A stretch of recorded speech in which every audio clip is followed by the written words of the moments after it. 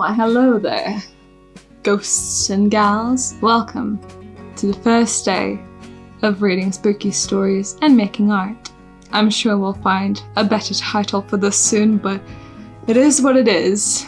This is my spooky abode, my spooky enchanted bookshelf, and the rest. This is Unquiet Reverie. What it means is a screaming daydream, and who screams the most is a ghost. Can't see it, can't hear it, they want to make themselves known. Join the Ghost Gang today by subscribing, liking this video, and leaving a nice comment. Now let's get into it. I've got this beautiful book by M.R.James, and it's a collection of ghost stories, which we will be reading today. So I think we should have a disclaimer that this might be quite spooky for some people.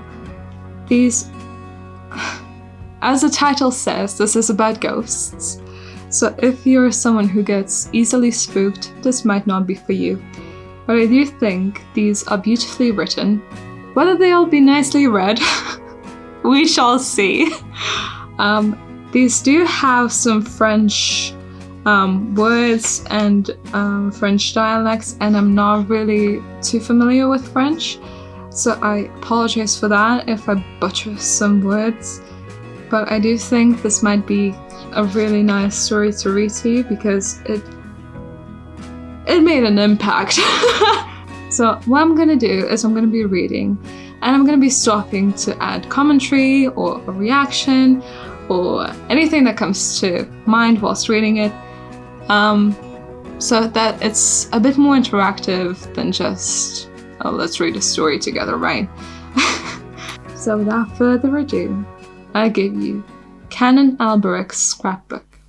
Saint Bernard de Comminges, we're probably butchering it already, is a decayed town on the spurs of the Pyrenees, not very far from Toulouse, and still nearer the Bagneres de Luclon.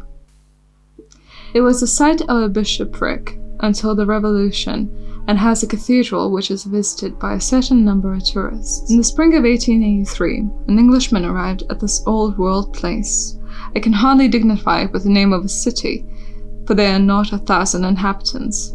He was a Cambridge man who had come specifically from Toulouse to see St. Bernard's Church, and had left two friends who were less keen archaeologists than himself in the hotel at Toulouse, under promise to join him on the following morning.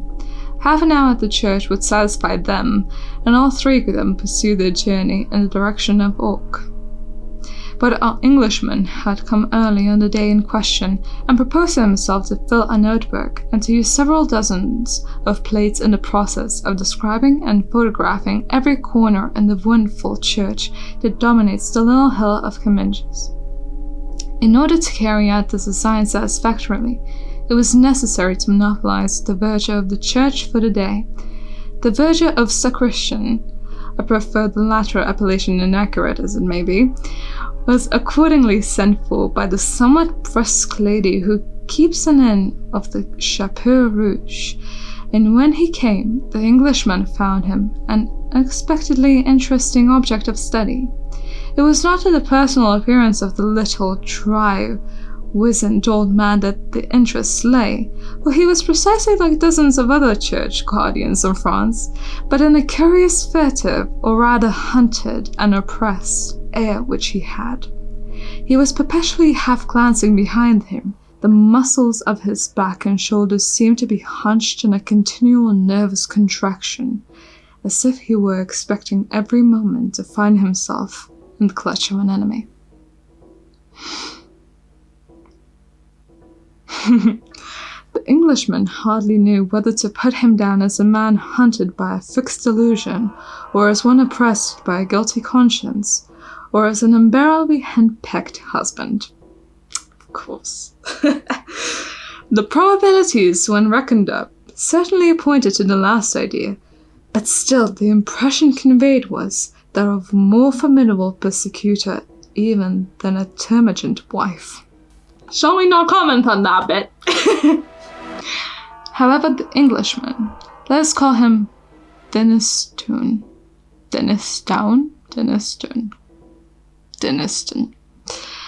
was soon too deep in his notebook and too busy with his camera to give more than an occasional glance at the sacristan. Whenever he did look at him, he found him at no great distance, either huddling himself back against a wall or crouching in one of the gorgeous stalls. Vincent became rather fidgety after a time. Mingled suspicion that he was keeping the old man from his déjeuner, it means a lunch, essentially, that he was regarded as likely to make away with Saint Bernard's ivory crochet, or with the dusty stuffed crocodile that hangs over the front, began to torment him. "Won't you go home?" he said at last. "I'm quite well able to finish my notes alone. You can lock me in if you like. I shall want at least 2 hours more here, and it must be cold for you, isn't it?" "Good heavens!" said the little man, whom the suggestion seemed to throw into a state of accountable terror. "Such a thing cannot be thought of for a moment. Leave Monsieur alone in the church? No, 2 hours, 3 hours, all will be the same to me. I have breakfasted, I am not at all cold, with many thanks to Monsieur." "Very well, my little man," quoth Deniston to himself. "You've been warned, and you must take the consequences." What a charmer. Before the expiration of the 2 hours, the stalls, the enormous dilapidated organ, the choir screen of Bishop John de Malone?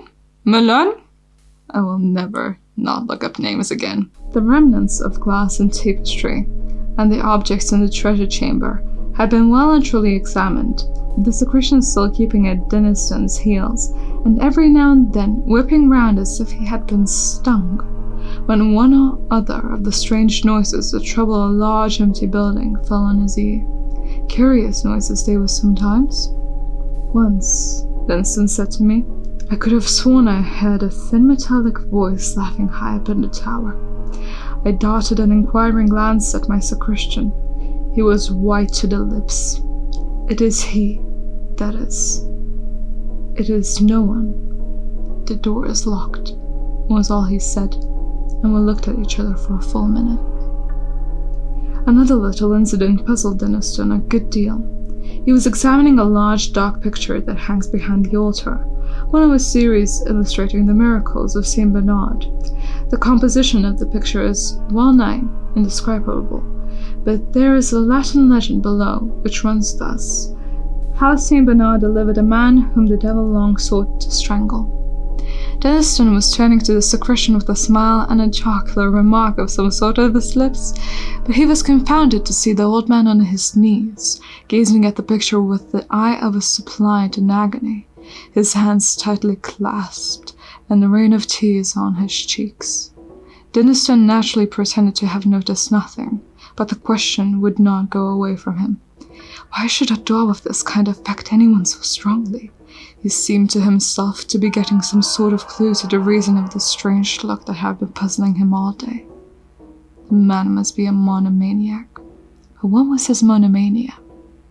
It was nearly 5 o'clock. The sure day was drawing in, and the church began to fill with shadows, while the curious noises, the muffled footfalls and distant talking voices that had been perceptible all day, seemed no doubt, because of the fading light and the consequently quickened sense of hearing, to become more frequent and insistent. The sacristan began for the first time to show signs of hurry and impatience. He heaved a sigh of relief when the camera and notebook were finally packed up and stowed away, and hurriedly beckoned Deniston to the western door of the church under the tower. It was time to ring the Angelus. A few pulls at a reluctant rope, and the great bell Bertrand, high in the tower, began to speak, and swung her voice up among the pines and down the valleys, loud with mountain streams, calling the dwellers of those lonely hills to remember and repeat the salutation of the angel to her whom he called blessed among women. With that, a profound quiet seemed to fall for the first time that day upon the little town, and Deniston and the sacristan went out of the church. On the doorstep, they fell into conversation. Monsieur seemed to interest himself in the old choir books in the sacristy. "Undoubtedly. I was going to ask you if there were a library in the town." "No, monsieur. Perhaps there used to be one belonging to the chapter, but it is now such a small place." Here came a strange pause of irresolution, as it seemed. Then, with a sort of plunge, he went on. but if Monsieur's amateur de vieux livre, I have at home something that might interest him. It is not 100 yards. As I understand, amateur de vieux livre is like someone who's new to a type of books. So, essentially saying, if you're interested, I've got some shit at my house. At once, all de Monsoon's cherished dreams of finding priceless manuscripts in untrodden corners of France flashed up to die down again. The next moment, it was probably a stupid missile of Plantin's printing about 1580. Where was the likelihood that a place so near Toulouse would not have been ransacked long ago by collectors? However, it would be foolish not to go. He would reproach himself for even after if he refused. So they set off. On the way, the curious irresolution and sudden determination of the sacristan recurred to Denniston, and he wondered in a shamefaced way whether he was being decoyed into some prelude to be made away with a supposed rich Englishman. He contrived, therefore, to begin talking with his guide, and to drag in a rather clumsy fashion, the fact that he expected two friends to join him early the next morning. To his surprise, the announcement seemed to relieve the sacristan at once of some of the anxiety that oppressed him. "That is well," he said quite brightly. "That is very well. Monsieur will travel in company with his friends. They will be always near him. It is a good thing to travel thus in company, sometimes." Suspicious. The last word appeared to be added as an afterthought, and to bring with it a relapse into gloom for the poor little man. They were soon at the house, which was one rather larger than its neighbours, stone-built with a shield carved over the door, the shield of Alberic de Moulon. The upper windows of the mansion were boarded up, and the whole place bore, as does the rest of Comminges, the aspect of decaying age. Arrived on his doorstep, the sacristan paused a moment. "Perhaps," he said, "perhaps, after all, Monsieur has not the time?" "Not at all, lots of time. Nothing to do till tomorrow. Let us see what it is that you've got." The door was opened at this point, and a face looked out. A face far younger than the sacristan's, but bearing something of the same distressing look, only here it seemed to be the mark, not so much of fear for personal safety, as of acute anxiety of behalf of another. Plainly the owner of the face was the sacristan's daughter, and but for the expression I have described, she was a handsome girl enough. She brightened up considerably on seeing her father accompanied by an ample-bodied stranger. A few remarks passed between father and daughter, of which Denniston only caught these words said by the sacristan. He was laughing in the church, words which were answered only by a look of terror from the girl. Never laugh in the church. Got it. But in another minute, they were in the sitting room of the house, a small, high chamber with a stone floor, full of moving shadows cast by a wood fire that flickered on a great hearth. Something of the character of an oratory was imparted to it by a tall crucifix, which reached almost to the ceiling on one side. The figure was painted of the natural colors. The cross was black. Under this stood a chest of some age and solidity, and when a lamp had been brought, the chairs set, the sacristan went to his chest and produced therefore, with growing excitement and nervousness, as Denniston thought, a large book wrapped in a white cloth, of which cloth a cross was rudely embroidered in red thread. Even before the wrapping had been removed, Denniston began to be interested by the size and shape of the volume. Too large for a missal, he thought, and not the shape of an antiphona. Perhaps it may be something good after all.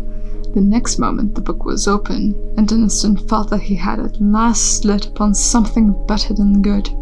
Before him lay a large folio, bound perhaps late in the 17th century, with the arms of Canon Alberic de Moulon stamped in gold on the sides. There may have been 150 leaves of paper in the book, and on almost every one of them was fastened a leaf from an illuminated manuscript. Such a collection Denniston had hardly dreamed of in his wildest moments. Here were 10 leaves from a copy of Genesis, illustrated with pictures which could not be later than AD 700. Further on was a complete set of pictures from a Psalter of English execution, of the very finest kind, the 13th century could produce. And perhaps best of all, there were 20 leaves of writing in Latin, which, as a few words seen here and there told him at once, must belong to some very early unknown patristic treatise. Could it possibly be a fragment of the copy of Papias on the Worlds of a Lord, which was known to have existed as late as the 12th century at Nimes? In any case, his mind was made up. That book must return to Cambridge with him, even if he had to draw the whole of his balance from the bank and stay at St. Bernard till the money came. He glanced up at the sacristan to see if his face yielded any hint that the book was for sale. The sacristan was pale, and his lips were working. It's about to get really good. "If Monsieur will turn on to the end," he said. So Monsieur turned on, meeting new treasures at every rise of a leaf, and at the end of the book he came upon 2 sheets of paper, of much more recent date than anything he had yet seen, which puzzled him considerably. They must be contemporary, he decided, with the unprincipled Canon Alberic, who had doubtless plundered the chapter library of St. Bernard to form this priceless scrapbook. On the first of the paper sheets was a plan, carefully drawn and instantly recognizable by a person who knew the ground, of the south aisle and the cloisters of St. Bernard's. There were curious signs looking like planetary symbols and a few Hebrew words in the corners, and in the northwest angle of the cloister was a cross drawn in gold paint. Below the plan were some lines of writing in Latin, which ran thus. Answers of the 12th of December of 1694. It was asked, "Shall I find it?" Answer, "Thou shalt." "Shall I become rich?" "Thou wilt." "Shall I live an object of envy?" "Thou wilt." "Shall I die in my bed?" "Thou wilt." A good specimen of the treasure hunter's record, quite reminds one of Mr. Canon Quatraman in Old St. Paul's, was Innocent's comment, and he turned the leaf. What he then saw impressed him, as he has often told me, more than he could have conceived any drawing or picture capable of impressing him. And though the drawing he saw is no longer in existence, there is a photograph of it, which fully bears out that statement. The picture in question was a sepia drawing, at the end of the 17th century, representing, one would say at first sight, a biblical scene.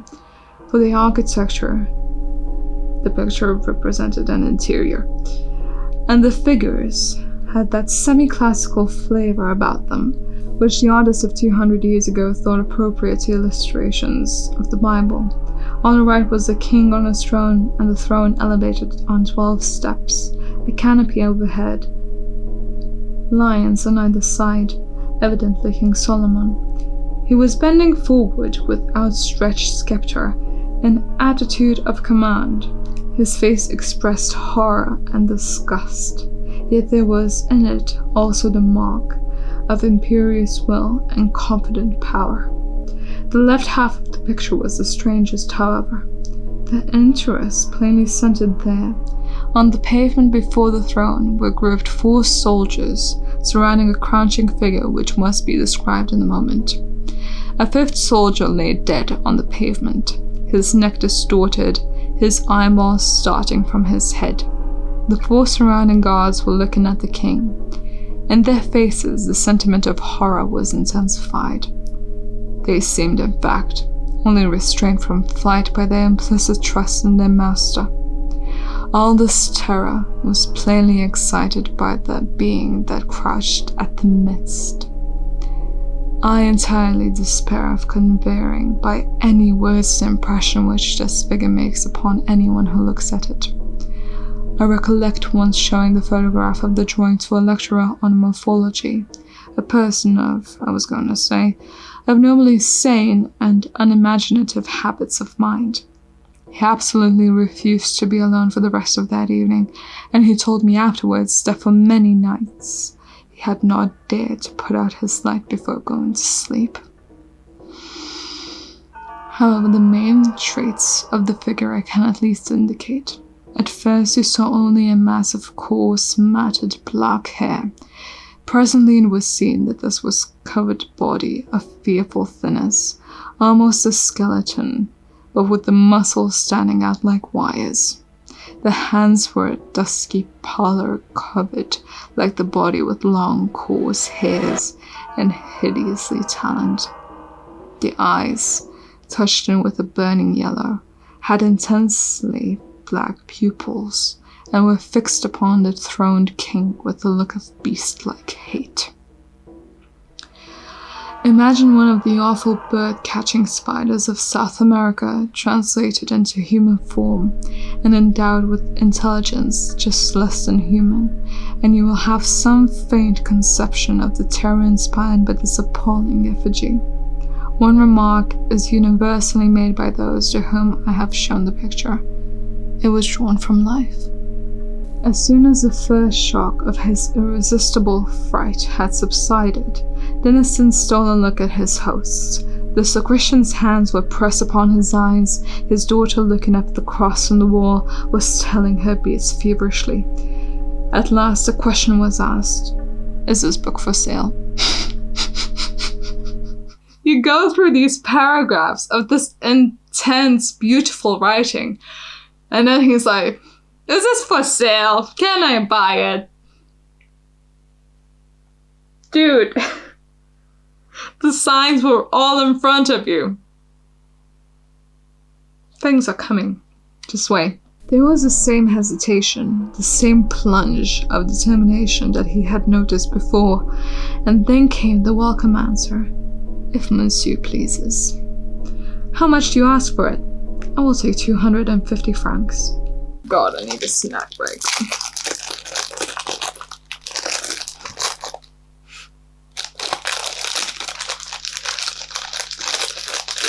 Fuck ASMR.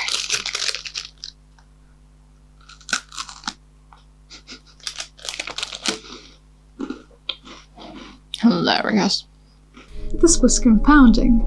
Even a collector's conscience is sometimes stirred, and Denison's conscience was tenderer than a collector's.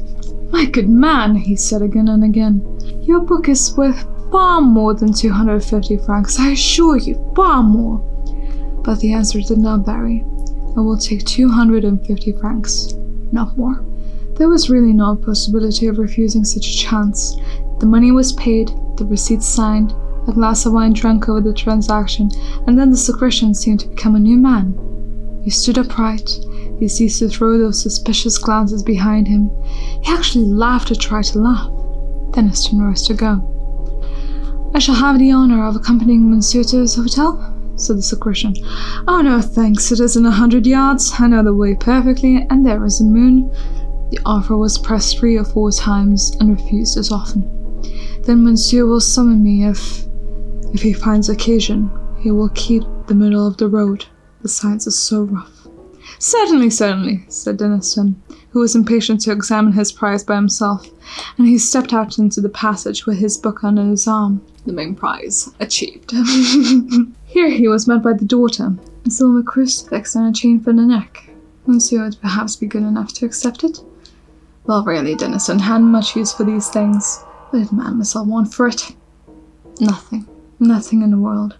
Monsieur is more than welcome to it. The tone in which this and much more was said was unmistakably genuine, so that Denison was reduced to profuse thanks, and submitted to have the chain put around his neck. It really seemed as if he had rendered the father and daughter some service which they hardly knew how to repay. As he sat up with his book, they stood at the door looking after him. They were still looking when he waved them a last good night from the steps of the Chapeau Rouge. Dinner was over, and Denison was in his bedroom, shut up alone with his acquisition. The landlady had manifested a particular interest in him since he had told her that he had paid a visit to the sacristan and bought an old book for him. He thought too that he had heard a hurried dialogue between her and said sacristan in the passage outside the salle à manger. Salle à manger, I think it's the eating lounge, or a cafeteria type of thing. Some words to the effect that Pierre and Bertrand would be sleeping in the house had closed the conversation. All this time, a growing feeling of discomfort had been creeping over him. Nervous reaction, perhaps, after the delight of his discovery. Whatever it was, it resulted in the conviction that there was someone behind him, and that he was far more comfortable with his back to the wall. Boy had all the signs thrown at him. Okay. All this, of course, was weighed light in the balances against the obvious value of his collection that he'd acquired. Book lovers will agree, we'd sell our souls for a good book. And now, as I said, he was alone in his bedroom, taking stock of Canon Alberic's treasures, in which every moment revealed something more charming. "Bless Canon Alberic," said Denniston, who had an inveterate habit of talking to himself. I do as well. "I wonder where he is now. Dear me, I wish that landlady would learn to laugh in a more cheering manner. It makes one feel as if there was someone dead in the house. Half a pipe more, did you say? I think perhaps you're right. I wonder what that crucifix is that the young woman insisted on giving me. Last century, I suppose. Yes, probably. It is rather a nuisance of a thing to have round one's neck. Just too heavy. Most likely her father has been wearing it for years. I think I might have it cleaned up before I put it away." He had taken the crucifix off and laid it on the table when his attention was caught by an object laying on the red cloth just by his left elbow. 2 or 3 ideas of what it might be flitted through his brain with their own incalculable quickness. A pen wiper? No such thing in the house. A rat? No, too black. A spider? I trust to goodness not. No. Good God! A hand like the hand in that picture! In another infinitesimal flash, he had taken it in. Pale, dusky skin covering nothing but bones and tendons of appalling strength.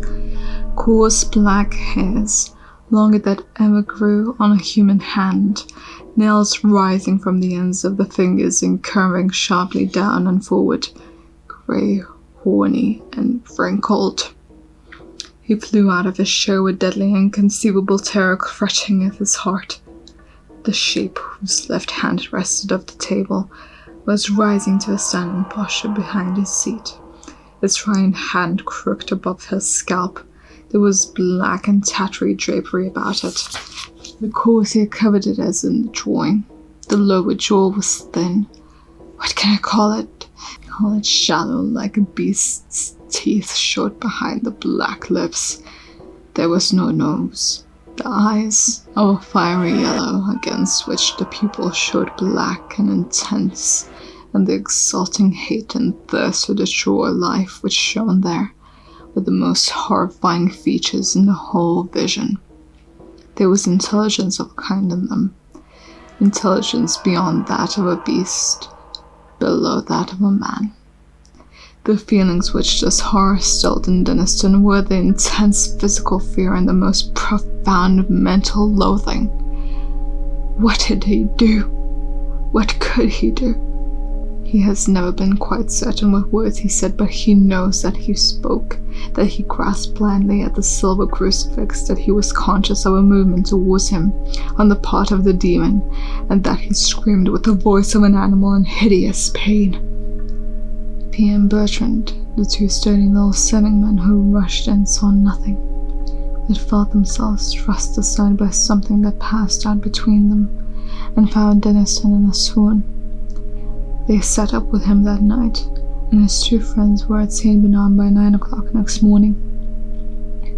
He himself, though still shaken and nervous, was almost himself by the time, and his story found credence with them, though not until they had seen the drawing and talked with the sacristan. Almost at dawn, the little man had come to Lane on some pretense, and had listened with the deepest interest to the story retailed by the landlady. He showed no surprise. "It is he. It is he. I have seen him myself," was his only comment to his questionings, but one reply was, "2 fois je l'ai vu, 1000 fois je l'ai senti." 2 times I have seen it, hundreds of times I have felt it. I think that's what it means. He would tell them nothing of the provenance of the book, nor any details of his experiences. "I shall soon sleep, and my rest will be sweet. Why should you trouble me?" he said. There's a little note saying He died that summer. His daughter married and settled at St. Paul. She never understood the circumstances of her father's obsession. We shall never know what he or Canon Alberic de Malone suffered. At the back of that fateful drawing were some lines of writing which may be supposed to throw light on the situation. It's all in Latin. I'll show it to you rather than reading it because I did not know how to read that. I have never quite understood what was Denison's view of the events I have narrated. He quoted to me once a text from Ecclesiasticus. Some spirits there be that are created for vengeance, and in their fury lay on sore strokes. On another occasion he said, Isaiah was a very sensible man. Doesn't he say something about night monsters living in the ruins of Babylon? These things are rather beyond us at present. Another confidence of his impressed me rather, and I sympathized with it. We had been last year to Comminges to see Canon Alberic's tomb. It is a great marble erection with an effigy of the canon in a large wig and soutane, and an elaborate eulogy of his learning below. I saw Deniston talking for some time with the vicar of St. Bernard's, and as we drove away he said to me, "Hope it isn't wrong, you know. I am the Presbyterian. But I believe there will be a saying of Mass and singing of dirges for Alberic de Malone's rest." Then he added with a touch of the North British in his tone, "I had no notion they came so dear." The book is in the Wentworth collection at Cambridge. The drawing was photographed and then burnt, but it is another day when he left Comminges on the occasion of his first visit. So what do we learn from this story? Don't laugh in a church. Mind the way the Christians behave. If they're looking over their backs and giving you weird hints of things, you might want to stop praying, okay? If they say, like, you should probably get the heck out of here, you probably should get the heck out of there, alright? Or at the very least, grab a silver cross of sorts before venturing out into the deep dark night. I love this story. I love the way it's written.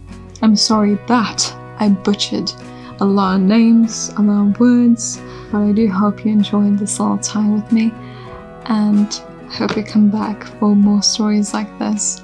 I haven't read all of them, so I think it'll be quite interesting to see what lies ahead. So again, if you enjoyed this, please subscribe, like, comment, maybe share with a friend. It'll help out a lot. And thanks so much. I'll see you next time. Now I'm off to finish my fucking Oreos. I need to remember to breathe. This is so much more difficult. How did professionals do this? Oh my god. My good man. She brightened up considerably. Here came a small pause of irresolution.